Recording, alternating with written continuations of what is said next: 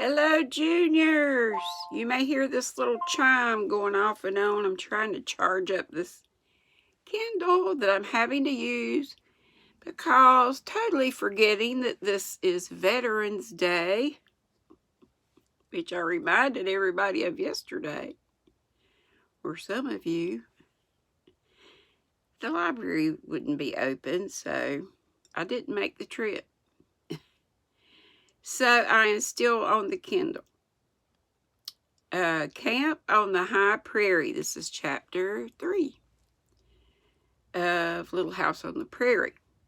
Pa made camp as usual. First he unhitched and unharnessed Pet and Patty, and he put them on their picket lines. Picket lines were long ropes fastened to iron pegs driven into the ground. The pegs were called picket pins. When horses were on picket lines, they could eat all the grass that the long ropes would let them reach. But when Pet and Patty were put on them, the first thing they did was to lie down and roll back and forth. They rolled till the feeling of the harness was all gone from their backs.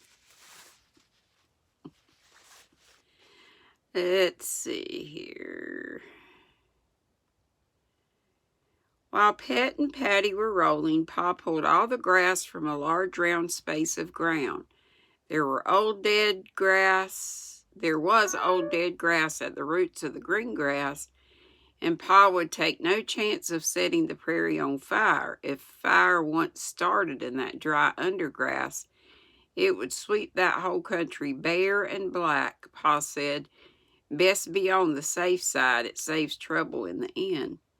When the space was clear of grass, Pa laid a handful of dry grass in its center.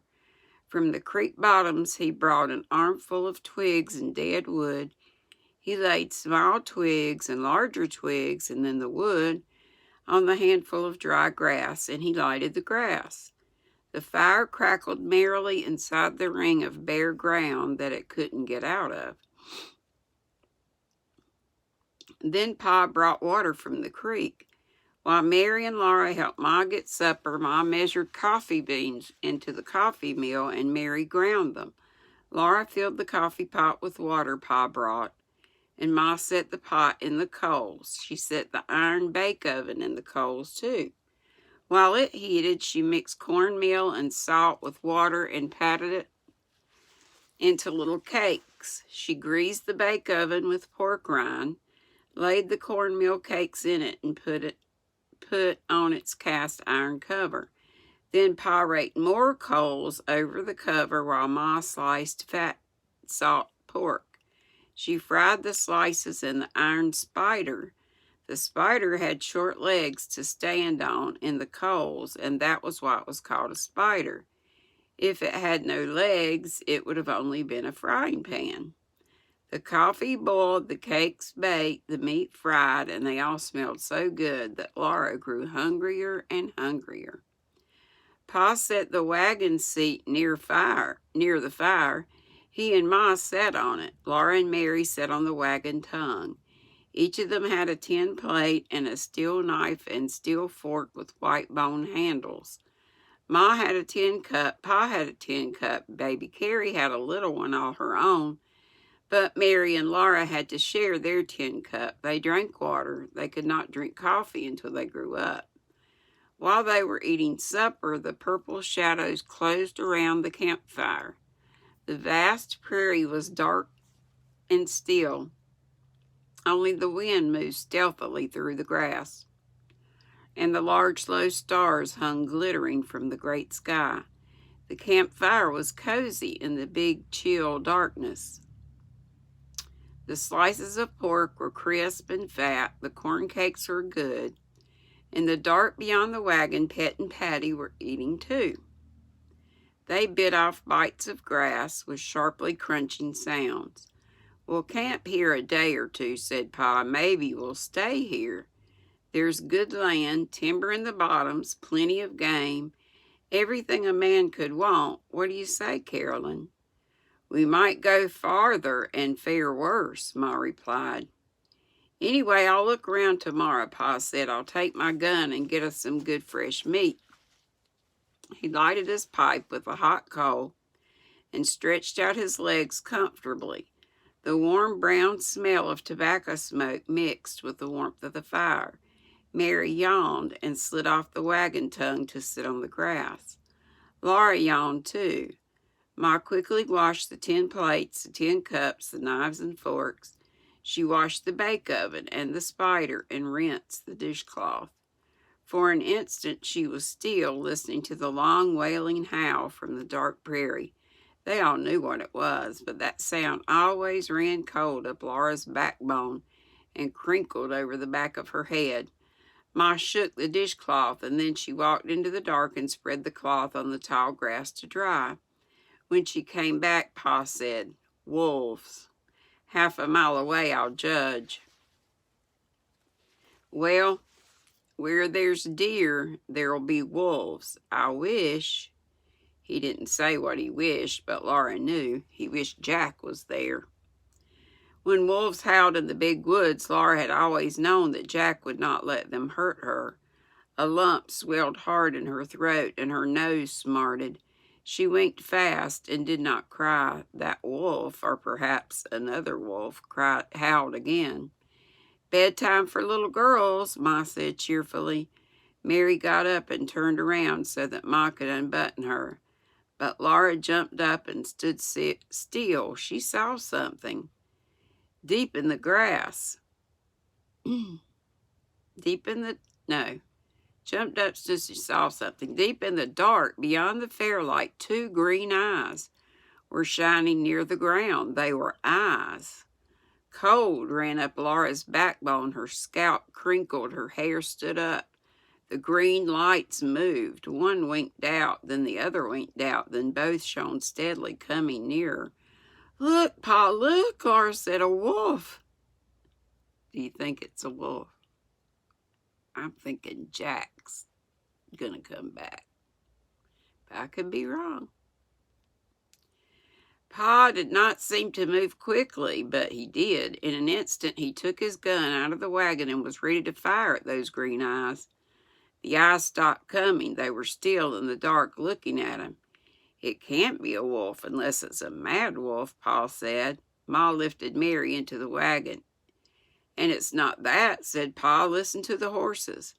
Pet and Patty were still biting off bits of grass.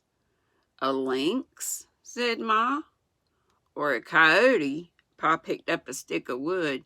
He shouted and threw it. The green eyes went close to the ground as if the animal crouched to spring. Pa held the gun ready. The creature did not move. "Don't, Charles," Ma said, but Pa slowly walked toward those eyes, and slowly along the ground the eyes crawled toward him. Laura could see the animal in the edge of the dark. It was a tawny animal and brindled. Then Pa shouted, and Laura screamed. The next thing she knew, she was trying to hug a jumping, panting, wriggling Jack, who lapped her face and hands with his warm, wet tongue. She couldn't hold him. He leaped and wriggled from her to Pa, to Ma, and back to her again. "Well, I'm beat," Pa said. "So am I," said Ma, "but did you have to wake the baby?" She rocked Carrie in her arms, hushing her. Jack was perfectly well, but soon he lay down close to Laura and sighed a long sigh. His eyes were red with tiredness, and all the under part of him was caked with mud. Ma gave him a cornmeal cake, and he licked it and wagged politely, but he could not eat. He was too tired. "No telling how long he kept swimming," Pa said, "nor how far he was carried downstream before he landed. And when at last he reached them, Laura called him a wolf, and Pa threatened to shoot him. But Jack knew they didn't mean it. Laura asked him, "You knew we didn't mean it, didn't you, Jack?" Jack wagged his stump of a tail. He knew. "I'm so glad," Jack spat. It was past bedtime. Pa chained Pet and Patty to the feed box at the back of the wagon and fed them their corn. Carrie slept again, and Ma helped Mary and Laura undress. She put their long nightgowns over their heads while they stuck their arms into the sleeves. They buttoned the neckbands themselves and tied the strings of their nightcaps beneath their chins. Under the wagon, Jack wearily turned around 3 times and lay down to sleep. In the wagon, Laura and Mary said their prayers and crawled into their little bed. Ma kissed them good night. On the other side of the canvas, Pet and Patty were eating their corn. When Patty whooshed into the feed box, the whoosh was right at Laura's ear. There were little scurrying sounds in the grass. In the trees by the creek, an owl called, "Hoo, hoo." Farther away, another owl answered, "Hoo, hoo." Far away on the prairie, the wolves howled, and under the wagon, Jack growled low in his chest. In the wagon, everything was safe and snug. Thickly in front of the open wagon top hung the large glittery stars. Pa could reach them, Laura thought. She wished he would pick the largest one from the thread on which it hung from in the sky and give it to her. She was wide awake. She was not sleepy at all, but suddenly she was very much surprised. The large star winked at her. Then she was waking up next morning. And we'll stop there because that's the end of the chapter. And the next chapter will be Prairie Day. So I hope you have a lovely day. Be sweet and don't be ugly. Remember, Granny loves ya. Bye-bye.